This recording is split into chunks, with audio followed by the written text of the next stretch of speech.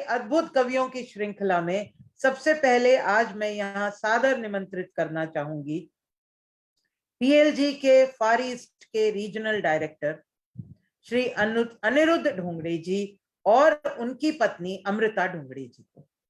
आइए उनसे बातचीत करते हैं और उनसे पूछते हैं कि उनका सफर कैसा रहा।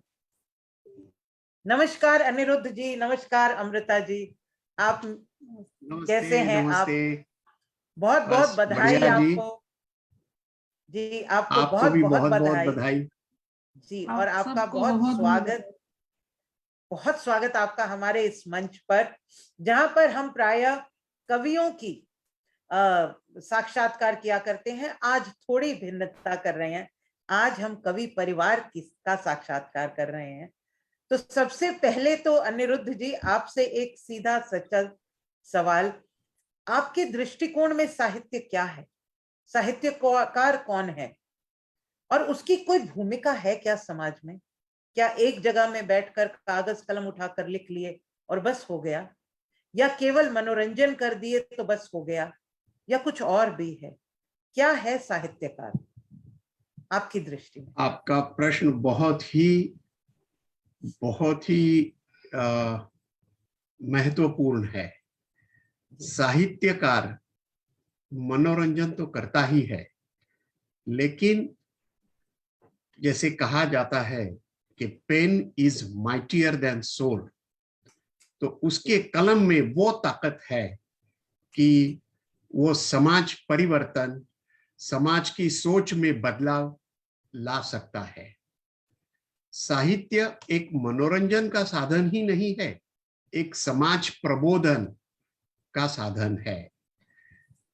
हमारी जो सांस्कृतिक परंपरा है, हमारी जो ऐतिहासिक परंपराएं हैं, ये सारी विरासत अगर हमें अगली पीढ़ियों तक पहुंचानी है तो वो साहित्य के माध्यम से आसानी से हम पहुंचा सकते हैं जी। तो साहित्यकार की जो भूमिका है समाज में, वो बड़ी अहम भूमिका है। वो सिर्फ किसी का मन बहलाने के लिए नहीं लिखता है। वो साहित्यकार वो है जो समाज को एक आईना दिखाता है और जो हमारी परंपराएं हैं उसको, उस विरासत को आगे तक पहुंचाता है। उसका एक वो लेखा जोखा अपने कागज के ऊपर लिखकर वो आगे धकेल देता है। तो साहित्यकार की तो काफी भूमिका है। मतलब he wears a lot of hats. It's not just one hat that he wears. Yes. और जैसा कि मैंने कहा कि उसकी कलम में वो ताकत है जो हजारों तलवारों में नहीं है। जी, बहुत खूब sir, very well said and as expected. आपके तो पीएलजी परिवार में इतने मुरीद हैं, आपकी शालीनता, आपकी सौम्यता के, आप हमारे साथ शायद 8वें एपिसोड से जुड़े हुए हैं। आपका ये 92वें एपिसोड का सफर रहा है हमारे साथ, लेकिन आप तो उससे बहुत पहले से लिख रहे हैं। जहां तक मेरी जानकारी है, आप पहले सिर्फ मराठी में लिखते थे। तो आपने लिखना कब और कैसे प्रारंभ किया? क्या बस शौक था, या कुछ विशेष, या कोई विशेष कवि थे जिनसे, या साहित्यकार जिनसे आपको प्रेरणा मिली? और फिर हिंदी की ओर सफर कैसे हुआ, ये बताइए। जरूर। मैंने शुरुआत तो मराठी में की, और जब मैं स्कूल में था तो हमारे स्कूल का एक रिवाज था कि हर डिवीजन को एक हस्तलिखित मासिक हर साल प्रतियोगिता में देना पड़ता था। तो इसके लिए जो क्लास के जो हमारे दोस्त थे, वो लड़के और लड़कियां, हम मिलकर कुछ तय करते थे कि आप कुछ कथा लिखो, आप कुछ, मतलब collected things also were allowed, क्योंकि हम छोटे बच्चे थे, 4वीं 5वीं 6वीं, पर हर साल कुछ ना कुछ आपको लिखना पड़ता, लिखना अवश्य। वाह, बहुत अच्छी आवश्यक है।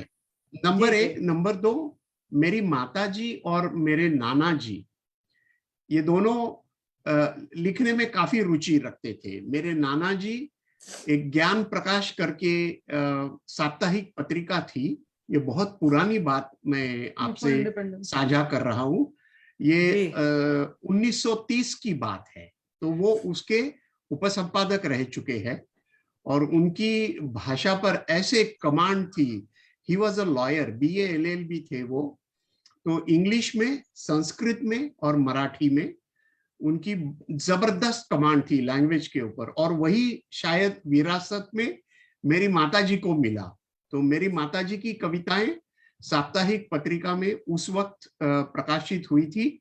ये 1964 से लेके 1968 1970 तक की बात है जी। सकाळ करके एक मराठी, अभी तो वो डेली न्यूज़पेपर हो गया, उस जमाने में वो साप्ताहिक पत्रिका हुआ करता था। उसमें उनकी कविताएं आई और उन्होंने मुंबई आकाशवाणी पर मराठी में खुद लिखकर कार्यक्रमों का प्रस्तुति किया है। तो वो एक घर में ऐसा माहौल था। मेरे पिताजी ने जब वो कॉलेज में थे तो कॉलेज के मैगजीन में एसेज लिखे थे, वो मुझे मालूम नहीं था, वो मुझे बाद में मालूम पड़ा। तो आपको तो वो घुट्टी में साहित्य वो संस्कार मुझे मिले और मैं लिखता गया, और एब्सोल्युटली जैसे मन में आया, बस स्कूल का बच्चा जैसे लिखे वैसे लिखता गया। और थोड़ी ढंग की, थोड़ी अच्छी पहली कविता मैंने 1975 में लिखी, और वो माँ सरस्वती के ऊपर ही लिखी मैंने। तो वो देखकर मेरी माँ ने मुझे शाबाशी दी और कही कि तुम लिख सकते हो, थोड़ी कोशिश और करो। और मतलब किताबें पढ़ना तो आम बात थी हमारे लिए, हम कभी बोर नहीं हुए। उस जमाने में टीवी भी 2 घंटा 3 घंटा आता था शाम को, कभी हमने टीवी वगैरह तो नहीं देखा, बट किताबें बहुत पढ़ी, बहुत किताबें पढ़ी। और उससे प्रेरणा मिलती गई। और उसके बाद में जब कॉलेज में गए तो नियमित रूप से कॉलेज के मैगजीन में लिखना और कवि सम्मेलनों में कॉलेज के लेवल पर हिस्सा लेना, कॉलेज की मैगजीन्स में कथा लिखना, ये सब शुरू हो गया और उसमें रुचि पैदा हो गई। एक कार्यक्रम मैंने देखा था, मराठी के एक बड़े कवि है सुरेश भट्ट। तो उनका एक रविवार, उस जमाने में रविवार को सुबह 9 बजे विशेष कार्यक्रम आते थे। तो एक रविवार सुबह 9 बजे उनके कविताओं का एक विशेष कार्यक्रम, जिसमें कि पंडित हृदयनाथ मंगेशकर, लता मंगेशकर जी के भाई, और उभरते हुए कुछ गायक थे उसमें, उस कार्यक्रम में। और उनकी कविताओं पर आधारित वो कार्यक्रम मैंने देखा तो आई वॉज मेस्मराइज्ड कि नहीं, ये तो मुझे सीखना ही है। तो यूं मान लीजिए कि मैंने मनोमन उनको गुरु मान लिया कि नहीं, इनसे मुझे सीखना है। फिर उनकी किताब लेके आया, पढ़ी, उससे काफी प्रेरणा मिली और काफी उत्साहित हो गया मैं। और फिर मैं रुका नहीं, फिर मैं लिखता ही गया। हर रोज रात को मैं एक कविता काफी दिनों तक लिखता गया। उसमें से काफी कविताएं बाद में मैंने फाड़ के फेंक दी और कुछ इकट्ठा करके कॉलेज के मैगजीन में और हमारे दोस्तों में। और प्रसंगवश, मतलब ये एक संजोग की बात है कि सारे दोस्तों को साहित्य बड़ा अच्छा लगता था, उसमें रुचि थी। तो हम क्रिकेट खेलने के बाद उसी के ऊपर चर्चा करते थे। तो वहां पर मैंने काफी कविताएं प्रस्तुत की। They were the first so to say listeners to my poems. तो ऐसी सफर की शुरुआत हुई। फिर धीरे धीरे क्वालिटी ऑफ राइटिंग इंप्रूव होता गया। जैसे लिखते हैं वैसे थोड़ा इंप्रूव होता ही है। और ये सफर फिर शुरू हुआ। फिर मैं इंडोनेशिया में आया 1992 में, तो थोड़ा सा रुक गया था। उसके बाद में फिर शुरू हुआ और फिर रुका नहीं। फिर हमने यहाँ पर एक छोटा सा हमारा ग्रुप बनाया 15 फैमिलीज का, और उसमें मैं कविताएं, कोई गाना गाता है तो वो स्टोरी राइटिंग, एंकरिंग मैं करता था उस प्रोग्राम का। हमेशा से एंकरिंग मैंने किया। और जब कॉलेज में था तो 2 बार मुंबई दूरदर्शन पर मैंने प्रोग्राम में हिस्सा लिया था। वाह! तो मतलब ये तो एक दिग्गज साहित्यकार से हम मिल रहे हैं। तो ये बताइए कि अमृता जी को आपने कैसे मनाया विवाह के लिए? क्या प्रेम गीत लिखकर भेजे थे? और अमृता जी देखिए, सच सच बताइएगा, हमारा कैमरा देखिए, हमारा विवाह जो है वो टिपिकल इंडियन स्टाइल में अरेंज्ड मैरिज है। उनके पिताजी को कहीं से पता चला कि इनके, मतलब धोंगड़े जी के यहाँ उनका जो बेटा है बड़ा होनहार है, अरे मेरी वाह। वाइफ डॉक्टर है, अमृता जी जी डॉक्टर है, तो जी उनके लिए वैसे ही पढ़ा लिखा लड़का उन्हें चाहिए था, तो फिर वो जी जी आकर बिल्कुल। मेरे पिताजी को मिले वगैरह वगैरह, और फिर वो जी जन्म कुंडली ये वो सब सब अपने भारतीय रिवाज के अच्छा। अनुसार वो सब हुआ। हाँ, और तो फिर वो एक रविवार को पधारे हमारे घर लड़का देखने के लिए, हम लड़की देखने के लिए नहीं गए थे, वो जी। लड़का देखने के लिए आए, और फिर तो अमृता जी हाँ, के पिताजी ने ठोक पीट के देख लिया कि ये लड़का सही रहेगा, तो डॉक्टर साहब ने हाँ, तो एकदम से पहली नजर में जांच लिया होगा। कहते हैं डॉक्टर की तो हाँ, आंखों में ही स्टेथोस्कोप लगे रहते हैं, वो एक्सरे मशीन से देख हाँ, लेते हैं। हाँ, जी। तो हाँ, अमृता मतलब जी हाँ, कैसा रहा कवि के साथ का सफर, क्योंकि आप विज्ञान और ये कला, मतलब हाँ, कविता में कला, तो कैसा रहा सफर? कितने प्रेम गीत लिख बहुत अच्छा डाले है, अनिरुद्ध जी ने आपके लिए? बहुत अच्छा रहा। और मेरे लिए भी मतलब शादी के बाद ये जब कविता करते हैं पता चला, या फिर कथा लिखते हैं, बिकॉज मराठी में एक फेमस मैगजीन है, मेनका बोलते हैं उसको। So in that Diwali time no वो एक नया मैगजीन हमेशा पब्लिश करते, तो ही गॉट हिज कथा गॉट अवॉर्डेड इन दैट। तो वो ओह। भी मुझे उनके पिताजी ने दिखाई थी when I went to his house. तो तभी मुझे बहुत रुचि आई, उसके बाद ही एक्चुअली मुझे रुचि आने लगी। When he used to write poems, फिर वो मुझे सुनाते थे, फिर अच्छा लगता था, और फिर मतलब उसके बाद में मैं अच्छी तरह से सुनने लगी एक्चुअली। जी पहले इतना इंटरेस्ट नहीं था, but when he started writing and जैसे यहाँ प्रोग्राम होते थे, फिर उनको इनका मराठी में बहुत अच्छा है literature, he can write ji. Very well. तो मैंने फिर सुना है एक बार इसी इनको, मैंने सुना हम्म है एक बार इनको, एक मराठी कविता इन्होंने एक और मंच पर गाई थी। जी मैंने हाँ, सुना है। हाँ, हाँ। जी तो वेरी रिच नो उनकी क्या बोलते हैं, vocabulary. Vocabulary and all, it's very nice. मतलब आजकल जैसे कि रीजनल लैंग्वेज में कोई किसी किसी को नहीं होता है ना, but he is very good.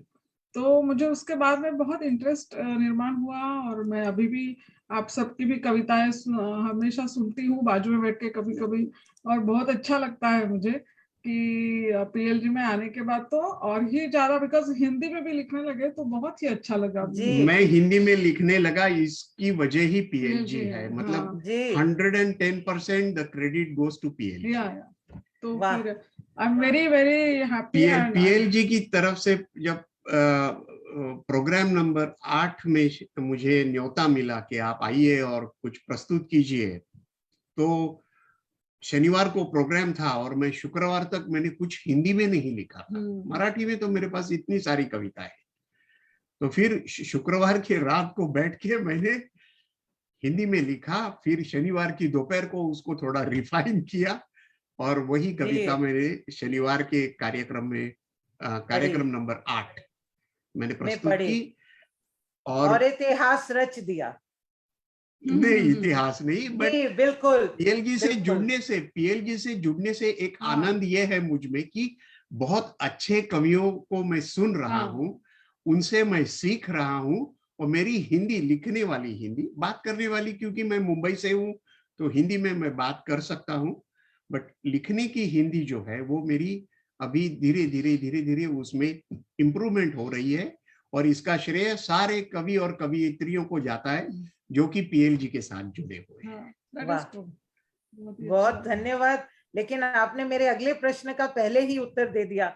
मैं आपसे यही पूछना चाह रही थी कि पीएलजी के साथ आपकी यात्रा कैसी रही, क्योंकि सच बताऊं तो मेरी यात्रा बहुत सुखद रही। मैंने भी लगभग मेरी भी आपके ही बहुत ही साथ सुखद है। जी पीएलजी ज्वाइन किया, और एक के बाद एक, मतलब जैसे हम उनकी प्रेम की गिरफ्त में आते चले गए। फिर ना कभी कुछ बहुत ही ना सही कहा हुई, आपने। और ना ही कोई सपना फिर अधूरा रहा। मतलब ऐसे लगा जैसे बहुत सही। चांद चाहिए ले लो, सितारे राइट। चाहिए ले लो, क्या और क्या चाहिए बोलो। जी। तो बिल्कुल जी, ये सारी आप कायनात जानते मिल गई, जन्नत मिल गई, यही कह सकते हैं। जी क्या हुआ जी कि वाकया ऐसे हुआ कि तुफैल साहब ने किसी को कहा कि इंडोनेशिया से कोई ऐसे कवि है जो कि पीएलजी से जुड़ना चाहेंगे, तो हमारे एक दोस्त है राकेश जी जकार्ता में, जी तो उनको पता था कि मैं लिखता हूँ, क्योंकि जो हम एक 15 परिवार का जो ग्रुप था उसमें हम, राकेश जी वो तो हिंदी भाषी है और ये ग्रुप मराठी में हम प्रस्तुति करते थे, बट वो मराठी जानते थे, तो उनको जी हम कभी कभी इनवाइट करते थे एज अ गेस्ट। जी तो उन्हें पता था कि मैं लिखता हूँ, तो उन्होंने Yeah, तुफेल भाई साहब को मेरा नाम दिया कि आप इनसे सजेस्ट बात किए। कीजिए, जी ये लिख जी सकते हैं करके। जी जी और ऐसे में पीएलजी से जुड़ गया और बस जी बहुत इस सफर का मजा आ रहा है, बहुत सीखने को मिला और आगे भी उम्मीद करता हूं कि मैं सीखता ही जाऊंगा। जी बिल्कुल बिल्कुल, सचमुच में आपने मेरे दिल की बात कही। तो जाते जाते अनिरुद्ध जी, अब मैं सच बता रही हूँ आपको, मुझे इस बार ना सबसे मुश्किल काम दिए गए हैं इस प्रोग्राम में। अब देखिए इतना अच्छा लग रहा है बात करना, लेकिन समय हुआ चला है हमारा। तो जाते जाते श्रोताओं को कुछ संदेश, हमारे श्रोताओं के संदेश लिए कुछ देने संदेश। इतना मैं कोई महान नहीं हूं, बट एक मन की बात मैं कह सकता हूं जो जी मेरे मन में है कि हर एक को लिखना चाहिए। हर एक की कहानी एक इंटरेस्टिंग नॉवेल की तरह होती है। हर एक का बिल्कुल कहानी कहने का जो एक तरीका होता है, लहजा होता है, स्टाइल होता है, शैली होती है, वो अलग होती है और वो उतनी ही अच्छी है जितनी कि किसी महान लेखक की है। बट जी प्रयास करने की जरूरत होती है। अगर आप जी प्रयास करते रहेंगे तो जरूर आप अच्छा लिख सकते हैं, कविता कर सकते हैं, कथा लेख जो भी है। तो लिखते रहिए, जिंदगी से और खुद से जुड़ते जाइए, क्योंकि जितना वाह लिखेंगे उतना आप आपके मन को टटोल के देखेंगे, अरे मैं ऐसे भी विचार कर सकता हूं और ये मुझे प्रतीत हुआ था, बट मैंने इसे याद नहीं रखा था, वगैरह वगैरह। जी और बहुत फिर खूब बात। खुद से और जिंदगी से नाता जुड़ जाएगा और सफर का बहुत आनंद आएगा। वाह, बहुत बहुत अच्छी बात और बहुत अच्छा संदेश, बहुत सार्थक संदेश। जी, you are the protagonist of your life novel, तो लिखते जाइए, क्यों नहीं। यस। एक आखिरी बात और उसके बाद हम फिर आपसे विदा लेंगे, और ये बात अमृता जी से। अमृता जी बताइए, ऐसा क्या है जो हम नहीं जानते अनिरुद्ध जी के बारे में? क्या ये बहुत अच्छा गाते हैं? क्या ये डांस करते हैं? क्या इनके हाथ की बिरयानी सबको बहुत पसंद है, या मिसल पाव? Yeah, कुछ he is a very ऐसी good बात। cook. He is a very good अरे वाह, cook और बहुत जो भी खाना बनाते हैं एकदम मन से और एकदम परफेक्ट प्रोपोर्शंस वगैरह लेके, जैसे कि Italian, he used to travel a lot क्योंकि हाँ मार्केटिंग में जी, है, तो इटालियन खाना उन्होंने मुझे सिखाया कैसे बनाते हैं। अरे दैट इज वाह, मे बी 15 years बैक। तो अभी मैं भी अच्छा बना लेती हूँ, but he is a very good cook, बहुत अच्छे, एंड ही बहुत अच्छे इंसान है, सबसे समझदारी वो से बात हमें करना, पता। प्रेम से। वो मतलब जी मैं भी बहुत सीखी हूँ इनसे कि he is a very good human being and he respects everyone. वो वाह, सबसे अच्छी बात मुझे लगती है इनमें। बहुत शुक्रिया अमृता जी ये बताने के लिए। लेकिन हाँ, ये तो हम सब जानते थे कि बहुत अच्छे इंसान है, बहुत अच्छे कुक हैं, आपने बता दिया। अब देखिए कैसे पीएलजी परिवार की लाइन लगेगी आपके घर पर। हम सब आ रहे जरूर हैं जरूर खाने जरूर। आपके जरूर, हाथ मोस्ट का। वेलकम, सबका जी स्वागत है, आइए। Yeah, इंडोनेशिया का डिस्क्रिप्शन हम ऐसा करते हैं, country of endless attractions. yes, yes, जी करेक्ट, बहुत अच्छा और देश है। इंडोनेशिया की संस्कृति और भारत की संस्कृति, जी, काफी इसमें मिलती जुलती है। काफी सिमिलैरिटीज है। तो जी आप सबको हमारी तरफ से इनविटेशन न्योता है। है, ओपन इनविटेशन, कृपया आइए और इस अनिरुद्ध संस्कृति जी से के एक जुड़िए। हाथ का इटालियन खाना खाइए। वो हाँ, तो जरूर जरूर जरूर। जी, बहुत बहुत धन्यवाद आपका बहुत बहुत जुड़ने के धन्यवाद, लिए सर, बहुत बहुत बहुत धन्यवाद। धन्यवाद। धन्यवाद, थैंक यू सो और मच। धन्यवाद, आप बताओ, हमें बुलाने के लिए बहुत बहुत